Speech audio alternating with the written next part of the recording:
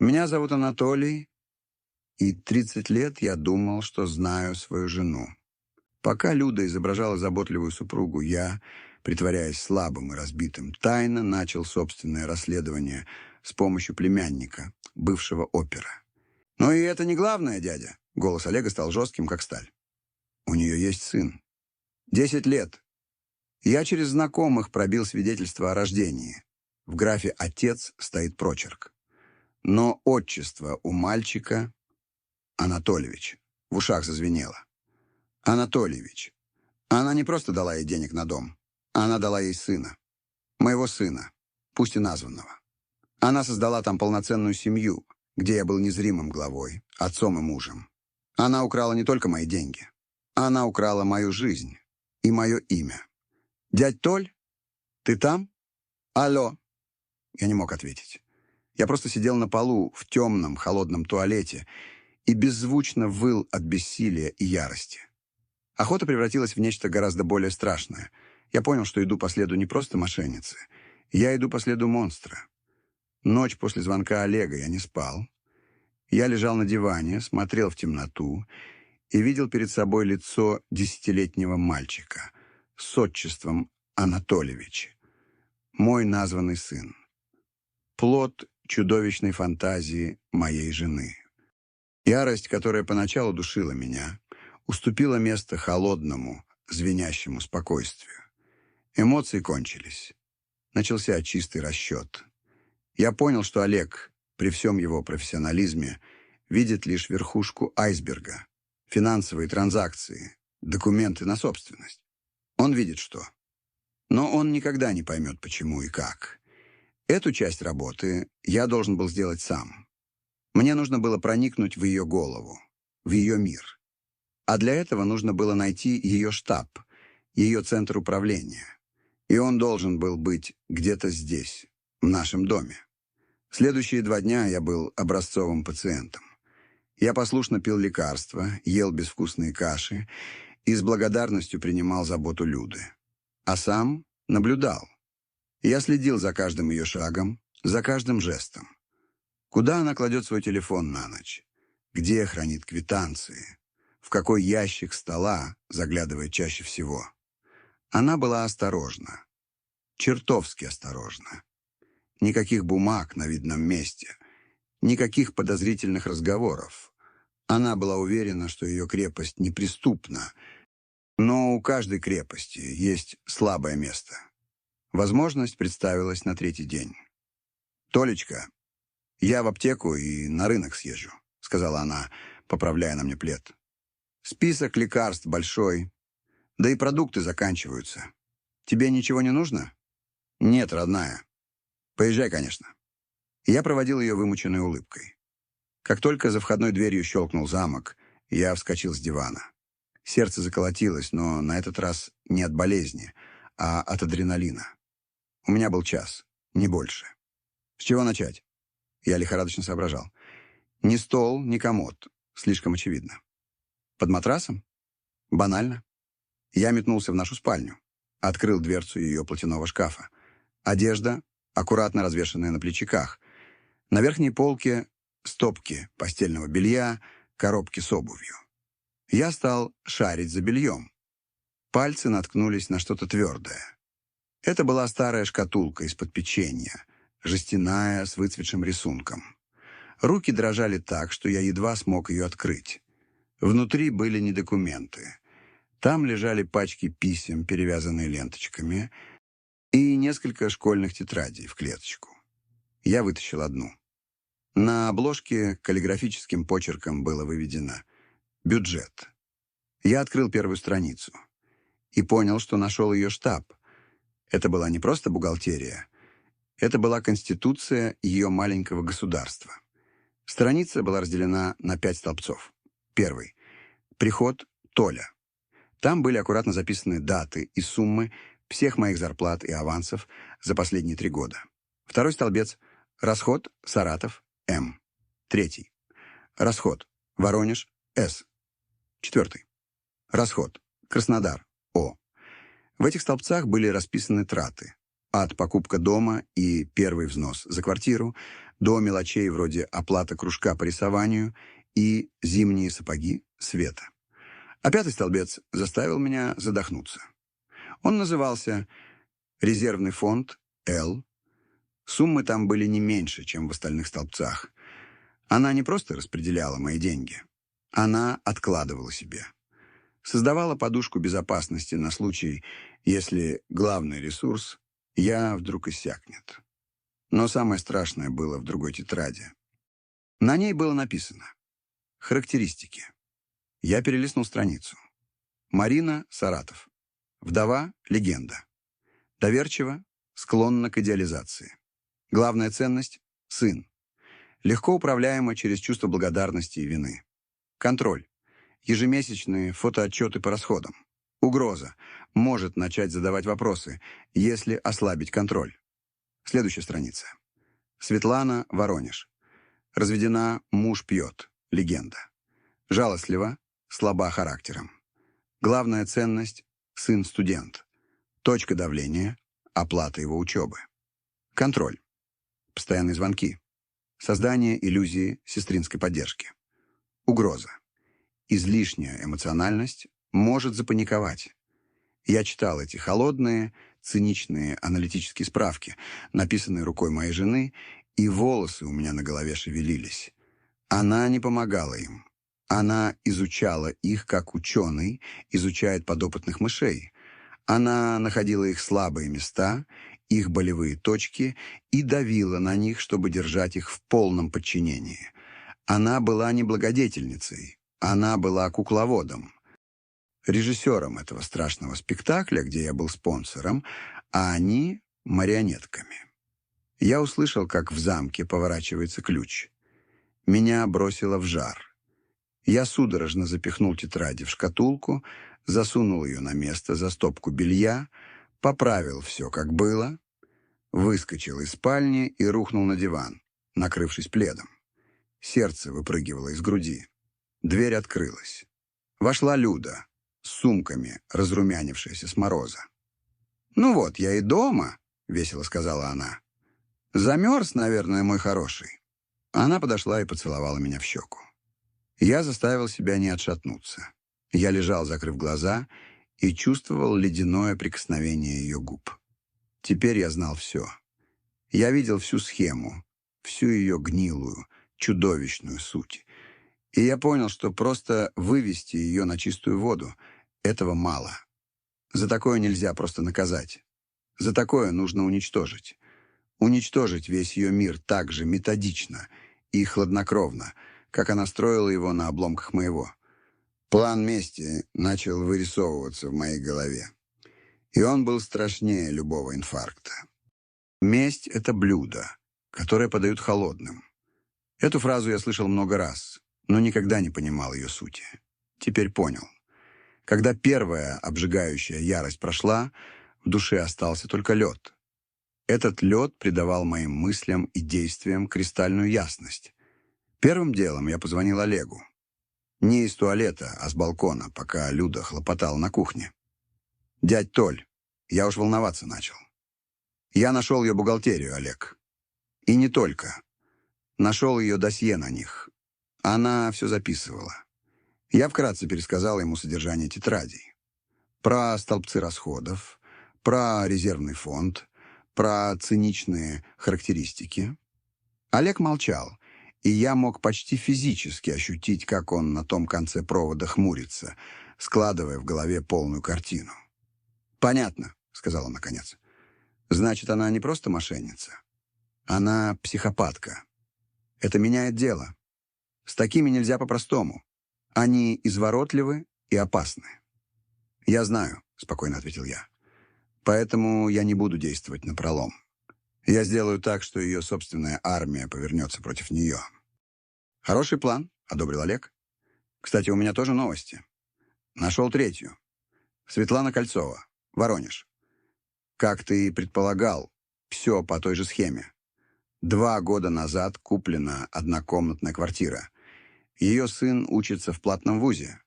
Оплата, разумеется, тоже от благодетеля АП. Мне нужны их номера телефонов, Олег. Всех троих. Будут к вечеру. Что ты задумал? Я не буду им ничего доказывать. Я просто посею сомнения, маленькое семечко. А потом буду смотреть, как оно прорастает. Вечером, когда Люда ушла в душ, я получил от Олега сообщение с 3 номерами. Марина, Саратов, Светлана, Воронеж, Ольга, Краснодар. Я переписал их на клочок бумаги и стер сообщение. Моя старая Nokia была надежным аппаратом, но осторожность не бывает лишней. Первый ход я решил сделать на следующий день. Мне нужен был чистый телефон. Утром я симулировал легкое недомогание. «Людочка, что-то голова кружится. Наверное, давление. Ты не могла бы сходить в аптеку за таблетками? Вот, врач выписал». Я протянул ей бумажку с названием безобидного лекарства. Она, конечно же, засуетилась и тут же побежала. Это дало мне 15 минут. Я вышел на улицу, дошел до ближайшего салона связи и купил самую дешевую кнопочную звонилку и новую сим-карту. Вернувшись домой, я спрятал свою боевую трубку в вентиляционной отдушине в ванной. Первый звонок был самым важным. Я решил начать с Марины из Саратова. С матери-одиночки, с моим названным сыном. Я набрал ее номер. Сердце стучало ровно и тяжело, как метроном. «Алло?» — раздался в трубке неуверенный женский голос. Я слегка изменил свой тембр, сделал его более официальным и сухим. «Марина Игоревна Волкова?» «Да». «А кто это?» «Меня зовут Виктор Сергеевич. Я представляю организацию, которая оказывает вам финансовую поддержку от лица Анатолия Петровича». На том конце провода повисла растерянная тишина. «Но мне всегда звонит Людмила». «Людмила — исполнитель», — отрезал я. «Я занимаюсь вопросами безопасности и аудита. У меня к вам несколько вопросов. Вы недавно приобретали женское платье стоимостью около 3000 рублей, не так ли?» Пауза стала оглушительной. Я почти слышал, как у нее в голове проносятся мысли. Эту информацию она могла знать только от Люды, которая ее за это отчитала. «Да-да», — пролепетала она. «Но Нам не важны ваши личные траты, Марина Игоревна». Мой голос был холодным, как сталь. «Нам важно соблюдение правил. Вы получаете помощь по легенде вдовы. Скажите, ваш покойный супруг, он кем работал?» Он был водителем», — запинаясь, ответила она. «Именно эту легенду я прочитал в тетради Люды». «Понятно. А ваш сын, Андрей Анатольевич, он знает, что его отец был героем, погибшим при исполнении. Я блефовал, добавив деталь про героя. Но я попал в точку». «Да, да, конечно». Людочка сказала, что именно так и нужно ему рассказывать. «Вот и хорошо», — сказал я. «Тогда у меня к вам последняя просьба. В ближайшее время вам позвонит Людмила и, возможно, предложит приехать навстречу. Или попросит о чем-то еще. Вы должны соглашаться. Но ни при каких обстоятельствах вы не должны упоминать о моем звонке. Это проверка ее лояльности. От этого зависит будущее вашего сына. Вы меня поняли?» «Поняла», — прошептала она испуганно. «Вот и отлично.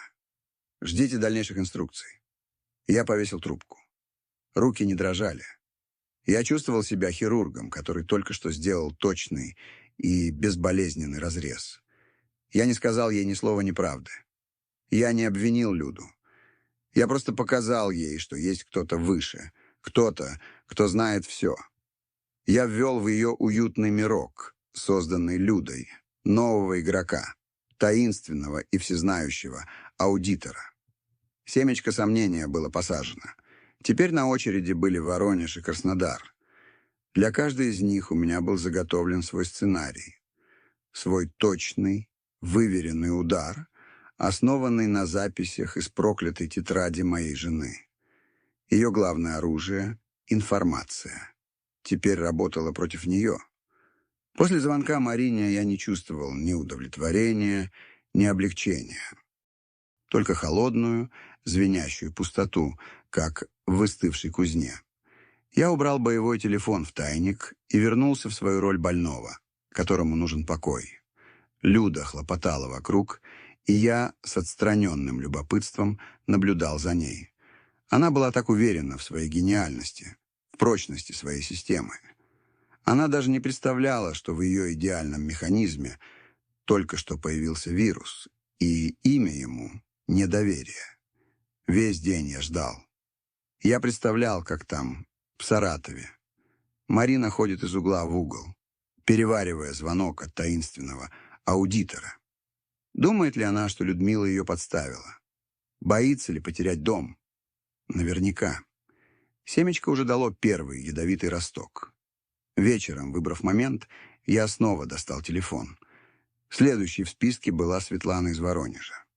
Самая слабая, самая эмоциональная. С ней нужно было действовать иначе. Не давить авторитетом, а бить по главному, по страху. Я набрал номер. «Да», — ответил тихий, испуганный голос. «Светлана Павловна Кольцова?»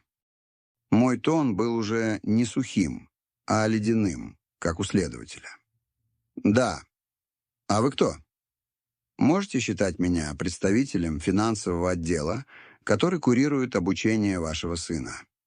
На том конце провода послышался судорожный вздох. Я попал в цель с первого слова. «У меня к вам один вопрос, Светлана Павловна. Последний платеж за семестр. Согласно нашим протоколам, Людмила должна была перевести деньги напрямую в бухгалтерию университета. Вместо этого, по ее отчетам, она передала вам наличные. Это правда?» Я блефовал. В тетради было просто написано «Оплата учебы», без деталей. Но я поставил на то, что Люда для усиления контроля и своей значимости наверняка создала из этого целый ритуал, привозила деньги лично, как дар с барского плеча. «Да-да», — прошептала Светлана. Людочка сказала: «Так проще, чтобы не было лишних вопросов в деканате». «Проще?» Я усмехнулся, холодно и жестко. Она поставила под угрозу всю программу помощи. Передача наличных — грубейшее нарушение. Это квалифицируется как нецелевое использование средств.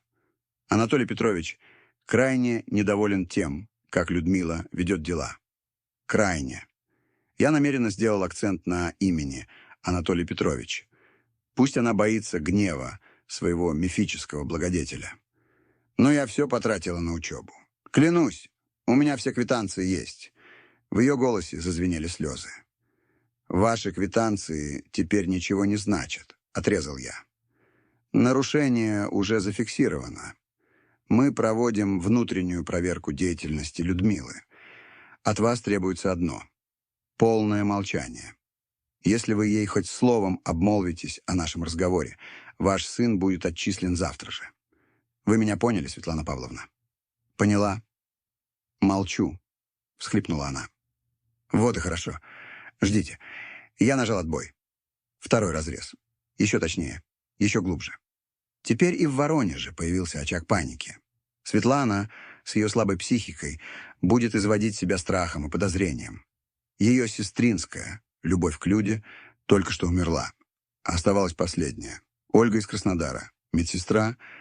Самая прагматичная и, судя по ее сообщению в больнице, самая осторожная. С ней дешевые угрозы не сработают. Ей нужно было показать, что мы знаем то, чего не должен знать никто. Я набрал ее номер. «Слушаю», — раздался ровный и спокойный голос. Никакой неуверенности. «Ольга Викторовна Панина?» «Допустим. А с кем я говорю?» «С человеком, который читает вашу переписку. Ольга Викторовна». На том конце провода повисла пауза. Тяжелая, как свинцовая плита. Она не запаниковала. Она оценивала ситуацию. «Я не понимаю, о чем вы», — сказала она наконец, но в голосе появилась стальная нотка. «Тогда я напомню. Сообщение, отправленное несколько дней назад. Цитирую. Людочка, как здоровье Анатолия Петровича?» Мы тут все свечки ставим. Перевод получила, спасибо. Он точно ничего не заподозрит? Я произнес эту фразу медленно, с расстановкой вбивая каждое слово. Тишина. Я слышал лишь ее дыхание, ставшее чуть более частым. Она поняла. Поняла, что стена, которую выстроила вокруг нее Люда, рухнула. «Кто вы?» — спросила она шепотом. «Я тот, кто решает, останется ли ваша краснодарская квартира вашей». Анатолий Петрович крайне обеспокоен утечкой информации и, скажем так, самодеятельностью Людмилы. Ее некомпетентность ставит под угрозу всю нашу организацию. И ваше благополучие в том числе. Я сознательно использовал слова «организация», «компетентность», «угроза». Я говорил с ней на ее языке выгоды и риска. «Что вы хотите?» Ее голос был напряжен, как струна. «Пока ничего.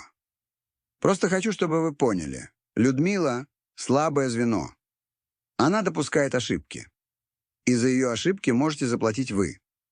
Поэтому сидите тихо и ждите. И если она попросит вас о чем-то необычном, например, приехать в Рязань, соглашайтесь. И наблюдайте за каждым ее словом. Возможно, от этого будет зависеть, где вы будете жить в следующем месяце. И не вздумайте ей звонить. Мы узнаем об этом раньше, чем вы положите трубку. Я завершил вызов. Все. 3 семечка были посажены в тщательно подготовленную почву. 3 женщины в 3 разных городах теперь были заражены страхом, сомнением и недоверием к своей покровительнице. Они больше не были ее верной армией. Они стали миной замедленного действия, которую я подложил под самый трон ее маленькой империи. Я вернулся на диван. Впервые за много дней я почувствовал что-то похожее на удовлетворение. Это была не радость. Это было мрачное торжество стратега, который только что расставил фигуры на доске для последней решающей партии. Теперь оставалось сделать так, чтобы они все встретились, лицом к лицу. И я знал, как это устроить. Несколько дней я жил в странном, раздвоенном состоянии. Днем я был Анатолий Петрович, слабый, выздоравливающий пенсионер, благодарный своей заботливой жене. Я послушно пил отвары из трав, которые она заваривала, медленно гулял с ней под руку по осеннему двору и с кроткой улыбкой слушал ее рассказы о соседях. А ночью, запершись в ванной, я превращался в другого человека. Я был Виктором Сергеевичем, представителем финансового отдела, холодным и безликим голосом, который звонил напуганным женщинам в разные уголки страны. Мои инструкции были короткими и туманными. Ситуация под контролем, проверка продолжается, ждите сигнала. Я не давал им расслабиться, поддерживая их в состоянии постоянного низкоуровневого страха. Они были готовы. Пришло время запустить финальную часть плана. Мне нужно было, чтобы Люда сама, собственными руками, собрала всех своих марионеток в одном месте. Идея, как это сделать, пришла мне в голову во время одного из наших вечерних чаепитий. Она была простой и чудовищной в своем цинизме. Я сидел, укутанный в плед, и смотрел на нее с самым искренним выражением, на которое был способен. «Людочка», — начал я тихим, дрожащим голосом, — «знаешь, когда я там лежал, в больнице, вся жизнь перед глазами пронеслась. Я ведь так близко был, у самого края». Она тут же пододвинулась ближе, ее лицо приняло сочувствующее выражение. «Толечка, не думай об этом, все позади. Нет, ты послушай. Я понял одну вещь. Я всю жизнь работал, копил, строил. А для чего? Для кого? Мы с тобой вдвоем, как 2 сыча. А ведь где-то есть люди, которым мы с тобой помогли. Та же Маринка твоя, одногруппница». Я сделал паузу, внимательно глядя на нее. Она напряглась, но виду не подала. «Ты у меня такая скромная, никогда ничего не рассказываешь. Но я ведь не дурак, я все понимаю. И тот чек, и другие дела. Ты — мое сердце, Люда. Моя совесть. Я деньги зарабатываю, а ты их в добро превращаешь. И я хочу... Я изобразил тяжелый вздох. Я хочу увидеть это добро своими глазами. Она смотрела на меня, не моргая. В ее глазах промелькнуло что-то похожее на подозрение. Что ты имеешь в виду, Толя? Я хочу познакомиться с ними. Со всеми, кому ты помогаешь от нашего имени. Я хочу собрать их всех здесь, у нас, на даче. Устроить большой добрый праздник. Посмотреть им в глаза, пожать руки, понять, что все это было не зря. Я хочу, чтобы они увидели своего благодетеля. Я произнес последнее слово с нажимом, глядя ей прямо в душу. И тут я увидел это. Сначала секундная паника в ее глазах. Идея была безумной, опасной. А потом паника сменилась интересом, а интерес — азартом. Я видел, как в ее гениальном извращенном мозгу щелкают шестеренки. Она просчитывала варианты. Собрать их всех вместе? Это же триумф. Это вершина ее власти. Поставить их всех в ряд перед человеком, которого она сама для них выдумала. Показать ему плоды ее трудов. Это будет не мой праздник. Это будет ее коронация. «Толечка, что ты?» Всплеснула она руками. Но я уже видел по ее загоревшимся глазам, что она проглотила наживку. «Это же так сложно. Они в разных городах. Как их всех собрать? А кто, если не ты, Людочка?» Я сыграл свой главный козырь. Только ты можешь это устроить. Для меня. Пожалуйста. Может, это моя последняя просьба. Я хочу уйти спокойно, зная, что оставил после себя что-то хорошее. Удар был точным. Последняя просьба умирающего мужа. От такого не отказываются. Она смотрела на меня долгим, изучающим взглядом. А потом ее лицо смягчилось, и она обняла меня. «Ну что ты такое говоришь, родной? Ты будешь жить долго-долго». «Конечно. Конечно, я все устрою. Ради тебя все, что угодно». Игра была сделана. Следующие несколько дней она порхала по дому, как никогда энергичная. Она была в своей стихии. Я лежал на диване и слушал, как она, запершись в спальне, ведет переговоры. Голос ее менялся в зависимости от собеседника. Со Светланой из Воронежа она говорила нежно и сочувственно. «Светочка, Анатолий Петрович так плох. Он очень хочет вас всех увидеть, поблагодарить. Это так важно для него сейчас. С Ольгой из Краснодара, деловито и прагматично. Ольга, это уникальная возможность. Личная встреча с нашим покровителем. Это укрепит ваше положение на будущее. Вы же понимаете». А с Мариной из Саратова она говорила строго, как с подчиненной.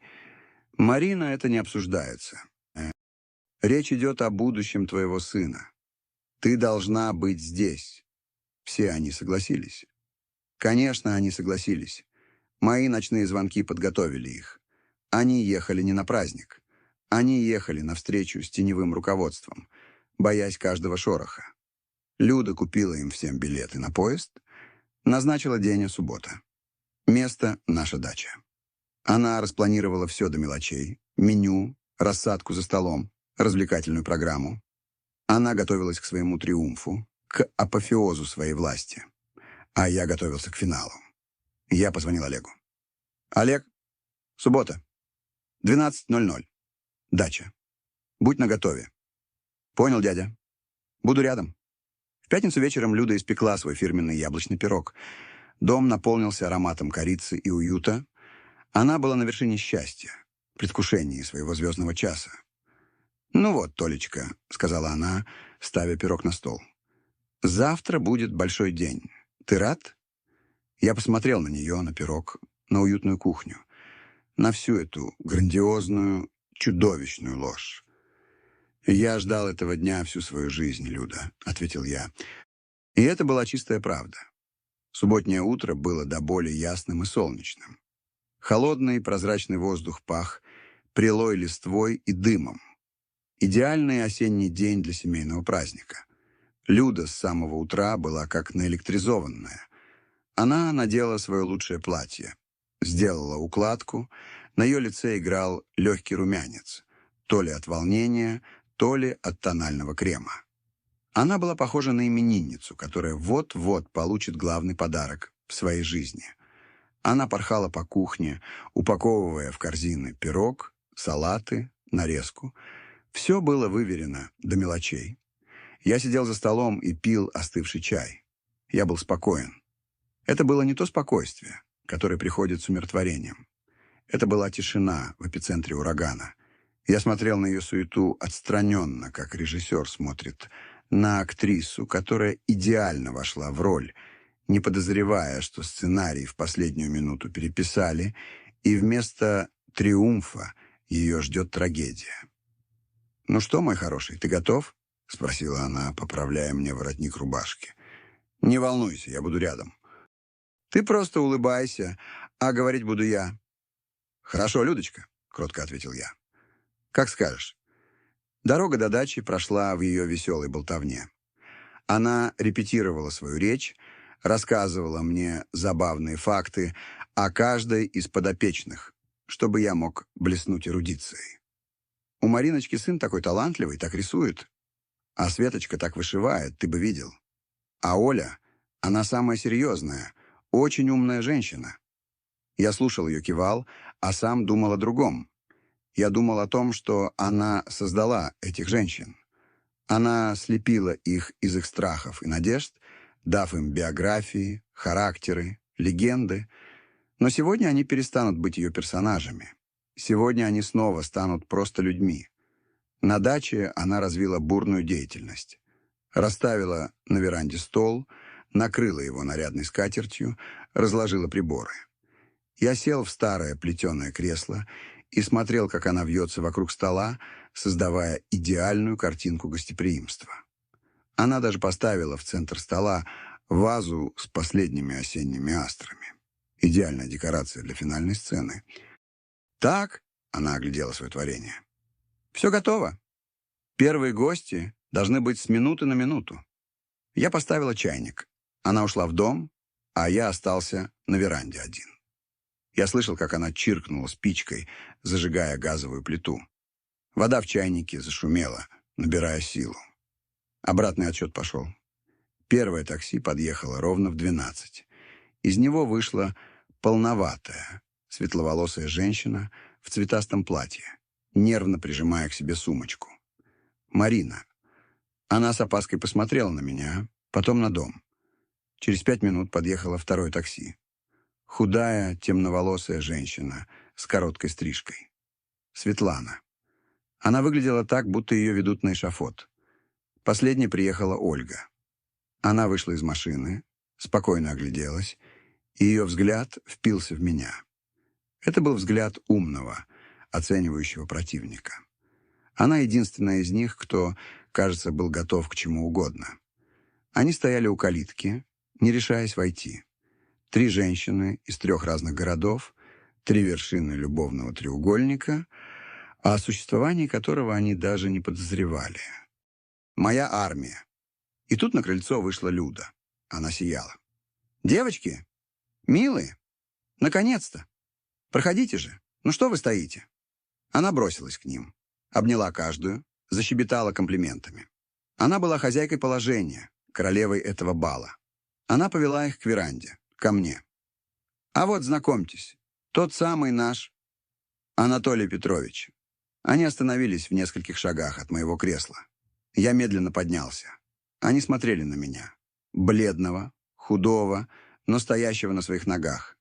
В их глазах читалось недоумение. Этот человек не был похож на умирающего святого. В этот момент в доме истошно засвистел чайник. Этот пронзительный, наглый звук разорвал звенящую тишину. Люда вздрогнула. «Ой, чайник! Я сейчас!» Она забежала в дом. А я остался стоять напротив 3 женщин. Я смотрел на них, и они смотрели на меня. И в этот момент они все поняли.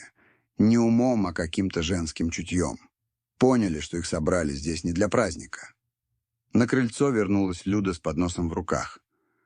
«Толечка, чего же ты?» — проворковала она. «Гости приехали, а ты молчишь». Проводи людей в дом». Она еще не знала, что ее мир уже рухнул. Она еще улыбалась. «Анатолий Петрович?» — робко спросила Марина. Людмила сказала: «Вы хотели с нами познакомиться. Наш благодетель». Я сделал шаг вперед, мимо остолбеневшей Люды. Я подошел почти вплотную к этим испуганным женщинам. «Проходите, пожалуйста», — сказал я, и мой голос прозвучал твердо и громко. «Только я не благодетель. Я муж Людмилы. И, кажется, нам всем нужно очень серьезно поговорить». Улыбка сползла с лица Люды, как дешевая маска. В ее глазах мелькнул ужас, настоящий животный ужас, загнанного в угол зверя. Она попыталась спасти ситуацию, превратить все в шутку. «Ох, Толя, шутник! Вечно ты со своими шутками!» Но никто не засмеялся. 3 женщины смотрели на меня, потом перевели взгляд на нее. И в их глазах больше не было страха. В них разгоралось пламя. Ярость обманутых, униженных и преданных. Чайник в доме, который Люда сняла с плиты, перестал свистеть. Но тишина, которая наступила после, была в 1000 раз оглушительнее. Финальный акт начался. Тишина, наступившая на веранде, была гуще и тяжелее, чем самый лютый северный мороз. 3 женщины, как 3 статуи, застыли на месте. Их взгляды метались от моего лица к лицу Люды, пытаясь собрать из обломков 2 противоречивых реальностей одну, цельную картину. Первой очнулась Люда. Инстинкт самосохранения, отточенный годами лжи, сработал мгновенно. Она выбрала лучшую тактику из возможных — нападение. «Толя, что за бред ты несешь?» Ее голос зазвенел от праведного гнева. Она шагнула ко мне, загораживая от женщин. «Ты что? Забыл, что врач сказал? Никаких волнений. У тебя после больницы голова не на месте». «Девочки!» Она обернулась к ним, и в ее голосе зазвучали слезные материнские нотки. «Простите его. Он болен. Он сам не понимает, что говорит. Он так переживал, так страдал, что теперь путает реальность. Это был гениальный ход. Списать все на болезнь. Представить меня сумасшедшим, а себя его мученицей-сиделкой. На секунду я увидел сомнения на лицах Светланы и Марины. Но тут подала голос Ольга. Она сделала шаг вперед, и ее спокойный, ровный тон прозвучал на этой истеричной ноте, как удар гонга. «Подождите, Людмила. Вы мне говорили, что Анатолий Петрович ваш очень дальний, но баснословно богатый родственник, который предпочитает оставаться в тени». Не дожидаясь ответа, она повернулась к Светлане. «А вам?» Светлана вздрогнула и, запинаясь, пролепетала. «А мне, что он старый друг вашей семьи, меценат. Помогает из доброты душевной». Ольга кивнула и посмотрела на Марину. Та, бледная как полотно, прошептала. «А мне, что он ваш родной дядя. Очень строгий, но справедливый. 3 версии, 3 легенды. Они повисли в холодном осеннем воздухе». Женщины переглянулись. И в этот момент вся сложная паутина лжи, которую Люда плела годами, лопнула. Сразу. В один миг. Люда поняла, что проиграла, ее лицо исказилось. Маска сострадания слетела, и под ней оказалось уродливое, перекошенное яростью лицо хищника, у которого отняли добычу. «Неблагодарные», — прошипела она, и в этом слове было столько яда, что астры на столе, казалось, поникли. «Да что вы его слушаете? Я вас из такой грязи вытащила. Ты», — она ткнула пальцем в Марину, — «сидела бы в своей съемной конуре с ребенком. Ты», — палец повернулся к Светлане, — «твой сын Аболтус работал бы дворником, а не в институте учился. А ты», — ее взгляд впился в Ольгу, — «до сих пор бы ютилась в коммуналке. Я вам все дала. Дома, квартиры, будущее. А вы?» Она задыхалась от собственной злости. И в этот момент я решил закончить спектакль. «Ты им ничего не давала, Люда», — сказал я тихо, но мой голос прозвучал на удивление отчетливо. «Ты давала им мои деньги, заработанные моим здоровьем. а взамен брала их жизни. Я развернулся и пошел в дом. На веранде воцарилось гробовое молчание, прерываемое лишь тяжелым, с присвистом, дыханием моей жены. Я знал, где искать. Шкатулка из-под печенья. Я вернулся с 2 школьными тетрадями в руках. Я не стал ничего говорить. Я просто подошел к столу и положил на нарядную скатерть, рядом с яблочным пирогом, тетрадь с надписью «Характеристики». Раскрыл ее на первой странице. Марина, Саратов. Вдова, легенда. Доверчива, склонна к идеализации. «Прочтите», — сказал я Ольге. «Громко». Ольга взяла тетрадь. Ее руки слегка дрожали. Она начала читать. Ровным, бесцветным голосом. Она зачитывала холодные, циничные строки, написанные знакомым каллиграфическим почерком. Она читала про слабый характер Светланы и точку давления в виде сына студента. Она читала про прагматизм самой себя и про то, что ее лояльность основана на выгоде. Когда она закончила, Светлана тихо плакала, закрыв лицо руками. Марина стояла белая, как смерть, сжав кулаки до хруста в костяшках. А Люда смотрела на эти тетради, на свое главное оружие, которое теперь работало против нее. И в ней что-то сломалось. Окончательно. «Дуры!» Вдруг закричала она, и этот крик был полон не раскаяния, а бешеной, бессильной злобы. «Вы все ничтожество, пешки. Без меня вы бы сгнили в своих дырах. Я дала вам цель, я дала вам смысл. Я сделала вас частью чего-то большего. А вы все разрушили, предали меня». Она смахнула рукой со стола вазу с астрами. Вода и цветы полетели на землю.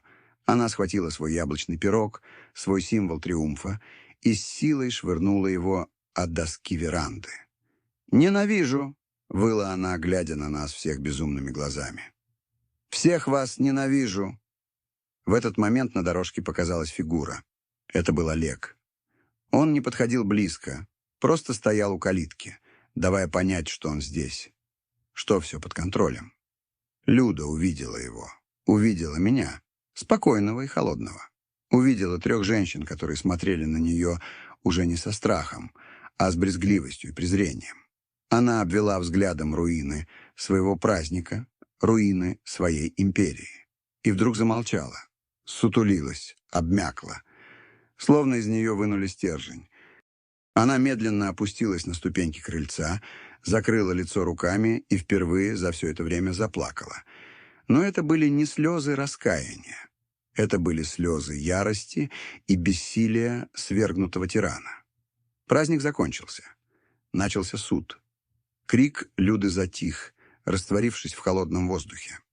Остались только ее тихие, задавленные всхлипы. Она сидела на ступеньках, сжавшись в комок, жалкая, свергнутая королева, оплакивающая свою разрушенную империю. Разбросанные по веранде астры, осколки вазы и расплывшееся по доскам пятно яблочного пирога выглядели как последствия маленькой, но яростной битвы. Никто не двигался. Мы все, я, 3 обманутые женщины и Олег, молча стоявший у калитки, были зрителями этого немого финала, но представление не могло длиться вечно. Нужно было опускать занавес. Я глубоко вздохнул, и этот вздох, казалось, унес с собой последние остатки моих чувств к женщине, сидевшей на ступеньках. Не было ни ненависти, ни жалости. Только пустота и необходимость довести дело до конца. «Олег», — позвал я, не повышая голоса, — «заходи». Он кивнул и медленно пошел по дорожке. Его спокойное, уверенное присутствие подействовало на всех отрезвляюще. Это был больше не семейный скандал. Это стало юридической процедурой. «Прошу всех за стол», — сказал я. «Нужно закончить этот разговор». Первой с места сдвинулась Ольга. Она решительно подошла к столу, стряхнула с ближайшего стула несколько лепестков и села. Ее пример подействовал на остальных. Марина и Светлана, вытирая слезы, неуверенно присели рядом. Люда не двигалась. Людмила. Голос Олега прозвучал тихо, но в нем была сталь. У тебя сейчас два варианта. Либо мы обсуждаем все здесь по-тихому, либо я вызываю наряд, и мы продолжаем этот разговор в отделении полиции. Статьи. Мошенничество в особо крупном размере. Присвоение и растрата. Срок. До 10 лет. Выбирай. Это подействовало. Люда медленно подняла голову. Ее заплаканное лицо было перекошено от ненависти. Она встала, подошла к столу и села напротив меня. Словно на переговорах после проигранной войны. Я положил на стол вторую тетрадь. Бюджет. «Вот финансовый отчет твоей империи», — сказал я, обращаясь не только к ней, но и ко всем присутствующим. «Здесь все. Мои зарплаты, ваши дома и квартиры, оплата учебы. И...» Я постучал пальцем по пятому столбцу. «Резервный фонд. Деньги, которые ты откладывала лично для себя. На черный день. Кажется, он наступил». Олег взял тетрадь, быстро пробежал глазами цифры. «Итак», — сказал он, превращаясь из племянника в юриста, — «ситуация следующая. Анатолий Петрович является единственным законным источником всех этих средств. Соответственно, все имущество, приобретенное на эти деньги, по праву принадлежит ему. У него есть все основания подать на вас, Людмила, в суд. И он его выиграет. А вы отправитесь в колонию». Он сделал паузу, давая словам впитаться. Но он готов пойти на мировое соглашение при определенных условиях. Люда молчала, глядя в стол. «Условие первое», — продолжил я, взяв слово. «Развод. Немедленный. Без раздела имущества, потому что делить нам нечего. Все, что у нас было, — это мои деньги, которые ты потратила». Она дернула плечом, но не возразила. Условие второе. Все 3 объекта недвижимости. Дом в Саратове, квартира в Воронеже и квартира в Краснодаре в течение месяца должны быть переоформлены на мое имя. Олег проследит за юридической чистотой сделок. Тут женщины вздрогнули и посмотрели на меня с испугом. Они поняли, что сейчас лишатся всего. Условие третье. Я посмотрел на столбец «Резервный фонд». Все деньги, которые лежат на твоих личных счетах, до копейки, снимаются и делятся на 4 равные части. Люда вскинула на меня глаза, полные недоумения. «Одну часть я забираю себе», — пояснил я, «в качестве моральной компенсации. Остальные 3 части...» Я обвел взглядом Марину, Светлану и Ольгу. «Получите вы. Каждая свою долю. Я не знаю, сколько там, но, думаю, этого хватит, чтобы начать новую жизнь». Они смотрели на меня, ошарашенные. Они ждали, что я вышвырну их на улицу, а я предлагал им деньги. «Я не хочу забирать у вас последнее», — сказал я им. «Вы такие же жертвы, как и я. Поэтому вы останетесь жить там, где живете. Но уже не как хозяйки, а как арендаторы. В моих домах и квартирах. Плата будет символической, пока не встанете на ноги. Я не монстр. Я просто хочу вернуть свое». Люда слушала все это с каменным лицом. Раздел ее резервного фонда был для нее последним унижением. «Ты согласна?» — спросил я ее прямо. Она молчала минуту-две. Потом медленно кивнула. Не потому, что раскаялась, а потому, что тюрьма пугала ее больше, чем нищета. «Вот и хорошо», — подытожил Олег, закрывая тетрадь. «Завтра мы с Людмилой идем к нотариусу». Разговор был окончен. Люда встала и, ни на кого не глядя, пошла к калитке. Не оглянувшись, она вышла на дорогу и побрела в сторону автобусной остановки. Одинокая, побежденная фигура, уходящая в никуда. Мы остались вчетвером за столом, накрытым для праздника, который не состоялся. 4 человека из разных миров, связанные одной общей бедой. Тишина была неловкой, тяжелой. И тут Ольга, самая практичная из всех, обвела взглядом стол, посмотрела на остывший чайник в доме и сказала то, что разрушило это оцепенение. «Что ж, может, чаю выпьем?» настоящего. Я посмотрел на нее, потом на двух других женщин. И впервые за долгие месяцы на моем лице появилась тень улыбки. «А почему бы и нет?» — ответил я. Империя рухнула. Но на ее руинах, кажется, начинало зарождаться что-то новое. Странное, нелепое, но, возможно, настоящее. Тот чай мы все-таки выпили. Сидя за столом, заваленным остатками несостоявшегося праздника, мы вчетвером, 4 случайных человека, выдернутые из разных жизней одной общей бедой, пили горячий чай из разномастных чашек. Мы почти не разговаривали. Слова были не нужны. Мы просто сидели в тишине, и эта тишина была не гнетущей, а исцеляющей. В тот день на моей даче родилась самая странная семья в мире. Юридические дела Олег провернул с быстротой и эффективностью хирурга, удаляющего опухоль. Развод оформили в рекордно короткие сроки. Люда на заседаниях не появлялась, присылала своего адвоката.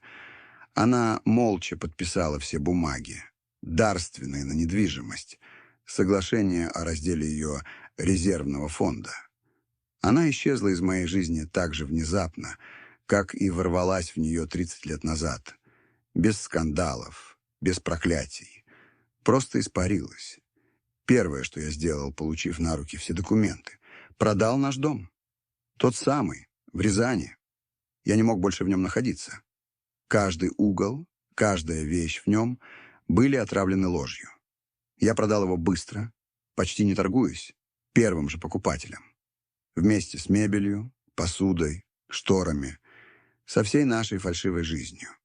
Себе я купил маленькую, однокомнатную квартиру на окраине. После большого дома она казалась мне крошечной, но я чувствовал себя в ней спокойнее. Здесь не было призраков. Женщины получили свои доли из фонда Люды. Суммы оказались приличными. Олег проследил, чтобы все было по-честному. Я установил для них символическую арендную плату. Ровно столько, чтобы покрывать налоги на землю и имущество. Я не хотел быть для них ни благодетелем, ни хозяином. Просто человеком, который вернул свое. Первые месяцы были странными. Раз в месяц каждая из них переводила мне на карту оговоренную сумму с пометкой «За аренду». Иногда мы созванивались. Разговоры были короткими и неловкими. Ольга, как медик, интересовалась моим здоровьем. Светлана спрашивала, не нужно ли чего по хозяйству. Марина молчала больше всех. Думаю, ей было тяжелее всех смириться с тем, что отец ее названного сына оказался таким же обманутым бедолагой, как и она сама. Я жил один. После 30 лет семейной жизни одиночество оглушало. Я слонялся по своей пустой квартире и не знал, чем себя занять. Север для меня был закрыт по здоровью. Пенсия была далеко. Я чувствовал себя списанным со счетов. А потом раздался звонок, который все изменил. Звонила Марина. «Анатолий Петрович». «Здравствуйте». Ее голос был полон колебаний. «Простите за беспокойство. У меня к вам очень глупая просьба. Слушаю вас, Марина. У Андрюши, у сына, велосипед сломался. Цепь слетела и что-то там еще. А я в этом ничего не понимаю.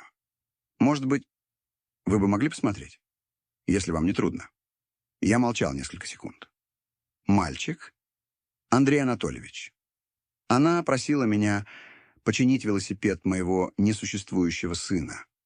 В этом было что-то горькое и одновременно правильное. «Конечно, посмотрю», — ответил я. «Приезжайте». Они приехали через неделю. Я впервые увидел его, обычного 10-летнего мальчишку, вихрастого и стеснительного. Он прятался за мать и с любопытством смотрел на меня. Я вынес инструменты на лестничную клетку, и мы вдвоем принялись возиться с этим велосипедом. Я показывал ему, как натягивать цепь, как смазывать подшипники. Он слушал, затаив дыхание. И в какой-то момент он спросил, «Дядя Толя, а вы правда на севере работали?» И я начал рассказывать. Про буровые, про белых медведей, про северное сияние. А когда они уезжали, он впервые улыбнулся мне и сказал «Спасибо». И в этот момент я понял, что мне делать дальше.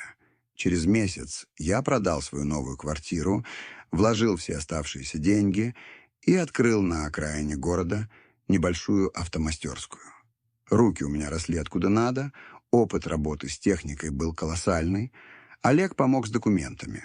Сначала клиентов было мало, но сарафанное радио работало. Я не задирал цены, делал на совесть.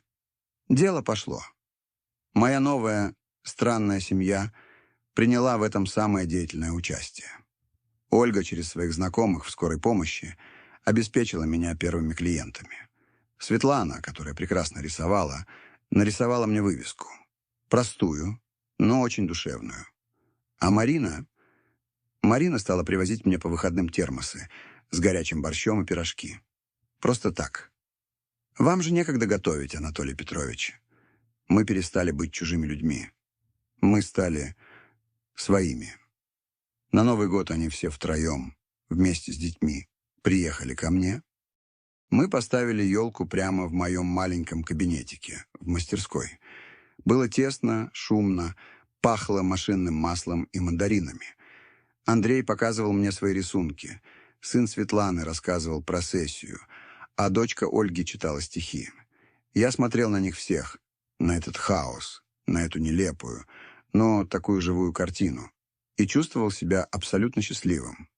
С Людой я встретился еще один раз, года через 2, случайно, в магазине.